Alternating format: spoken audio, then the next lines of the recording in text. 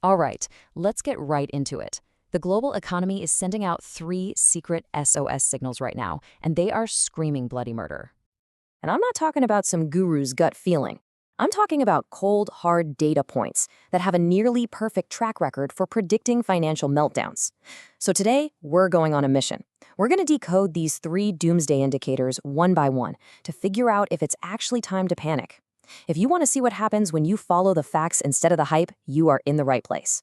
So do me a huge favor, join the investigation by hitting that subscribe button, give this video a like, and then drop a comment letting me know what other financial mysteries you want us to solve next. Okay, let's do this. Our first clue is hiding in plain sight, in probably the most chaotic place on Earth, Twitter. The big question we're asking is, can the collective rage tweeting of millions of people actually predict a stock market crash? Well, the answer is kind of weirder and a lot more terrifying than you might think. So way back in the day, this absolute genius of an economist, John Maynard Keynes, he basically said, hey, everyone, the market isn't a calculator. It's an emotional mess. He called it animal spirits. It's that gut feeling, the panic, the greed, the fear that actually pulls the strings behind the scenes. And for the first time in history, we've basically built a machine that can listen to this animal's every growl. So check this out. Some incredibly smart people created what they call the Social Mood on Economy Index. Yeah, I know, terrible name. We're calling it the Twitter Moodometer. What it does is fascinating. Every single day, it analyzes 26,000 tweets about money and asks one simple question. Collectively, are we feeling good about the economy or are we freaking out? It's like a live feed of the market's secret diary. And this chart is where it gets spooky. That orange line, that's the mood on Twitter. The blue line, that's market volatility, which is just a fancy word for panic. And look at them. They are almost perfectly connected. The moment Twitter gets sad, the market has a complete meltdown. It's a direct link. Bad vibes online are literally causing financial chaos. And spoiler alert, the vibes have been pretty bad lately. Okay, let's move on to clue number 2. Now, if the Twitter meter was the opening act, this next indicator, this is the headliner. It's the undisputed, undefeated champion of predicting economic disaster, and its track record is so perfect, it's honestly a little bit scary. 100%. That is the success rate of something called the inverted yield curve. It has successfully predicted every single U.S. recession for the past 50 years. It has never been wrong, not even once. When this indicator flashes red, a recession is coming, period. So, what on earth is an inverted yield curve? Okay, think about it like this. Normally, if you lend someone money for 10 years, you'd expect a higher interest rate than if you lent it for just 1 month, right? More risk, more reward. Simple.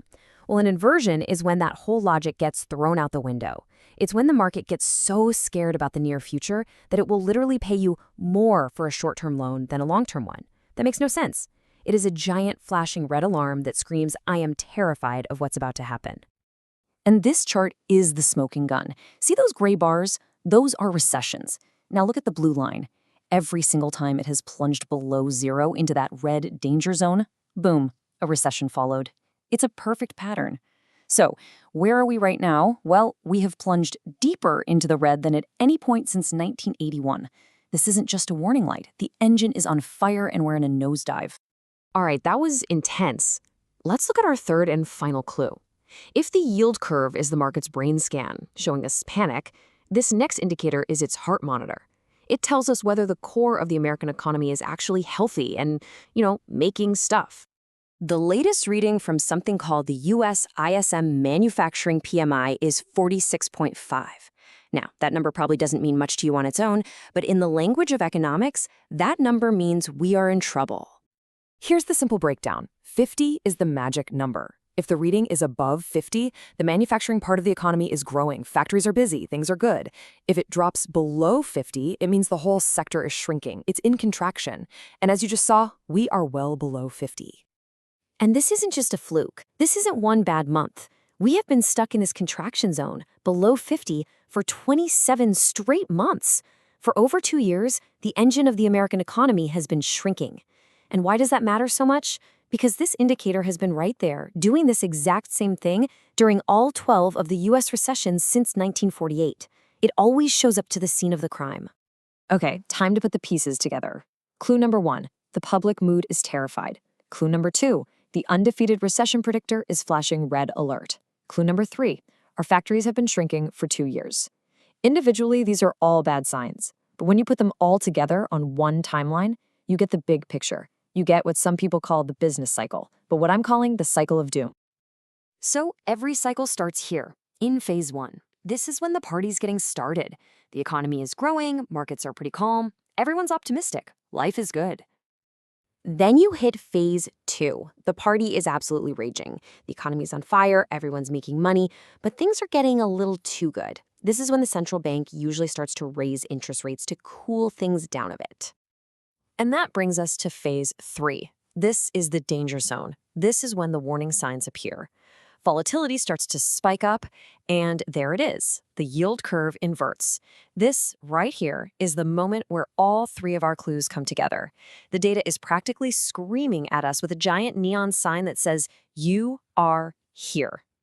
Because the cycle is brutally clear about what comes next. Phase 4, recession. The party is over. Volatility goes through the roof, panic sets in, and the central bank has to hit the emergency button and start slashing interest rates to try and save the economy. It's pretty much always a painful ending. So after our entire investigation, after digging through all of this data, we land at the final question. It's time to review the evidence. Here's the verdict. Clue number 1, the public's mood is anxious and predicting volatility. Clue number 2, the predictor with a 100% track record is flashing its brightest red warning in over 40 years. And clue number 3, our factory output shows the economy has been shrinking for over 2 years. That's 3 totally separate indicators, all telling us the exact same scary story. When you lay all the evidence out like this, it's pretty hard to ignore. These aren't just random charts. They're the echoes of every past recession, warning us about the next one. And right now, those echoes are all screaming in perfect harmony. Which leaves us with one final, unsettling thought. The data is telling us the question is no longer if a recession is coming, but when.